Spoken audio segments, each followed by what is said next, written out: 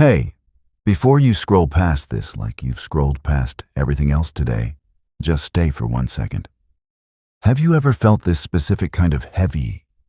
Not the "I'm tired, I need sleep" kind. The other kind, where you're sitting there. You know exactly what you need to do, and your body just won't move. You open your phone instead.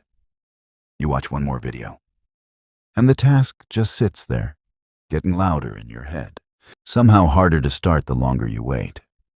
If that's you right now, I want you to hear this first. You are not lazy. There's actually a switch happening in your brain, and once you understand it, it gets a lot easier to flip. This usually shows up the same way for most people. 1.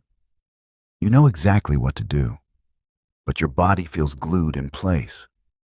2. You'll do literally anything else first. Clean a drawer, check your phone before the real task. 3. You start strong for a few minutes, then the motivation just disappears. 4. Afterward, instead of relief, you feel guilty, which makes tomorrow even harder to start. Sound familiar? Okay, let's break it down. There's a name for what's actually happening. It's called your dopamine baseline. Picture it like the water level in a glass. When that level is low, even a small task feels like it needs to fill an entire ocean before it feels worth doing. Your brain isn't broken. It's just running on a lower setting, so everything requires more effort than it should to feel rewarding. This is why just have more willpower never really works. Willpower assumes the glass is already full and you're simply choosing not to drink from it. But if the glass starts low, no amount of guilt refills it. This isn't your fault, but it is something you can change. Here's the good news. Your dopamine baseline isn't fixed. It responds to what you actually do, especially small, repeated actions. Which means you have more control here than it feels like right now. The neural switch in the title isn't some big, dramatic, motivational moment. It's smaller than that. Almost embarrassingly small. So here's what actually raises it. First, shrink the task until it feels almost silly. Not finish the report.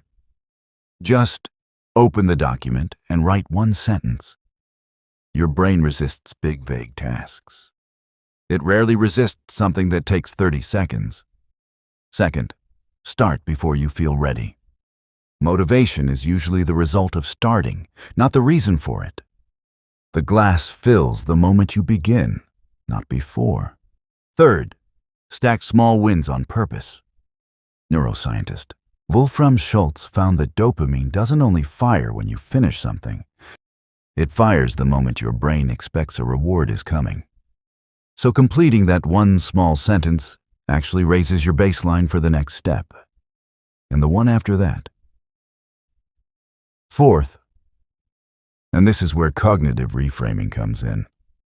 Change how you talk to yourself about the task. I have to do this keeps your brain in resistance mode. I'm choosing to do the smallest version of this. Tells your nervous system there's no threat here, just a decision. Same task, completely different signal. Think of it like a car on a cold morning. Nobody expects it to hit full speed the second the key turns. You let the engine warm up first. Your motivation works exactly the same way.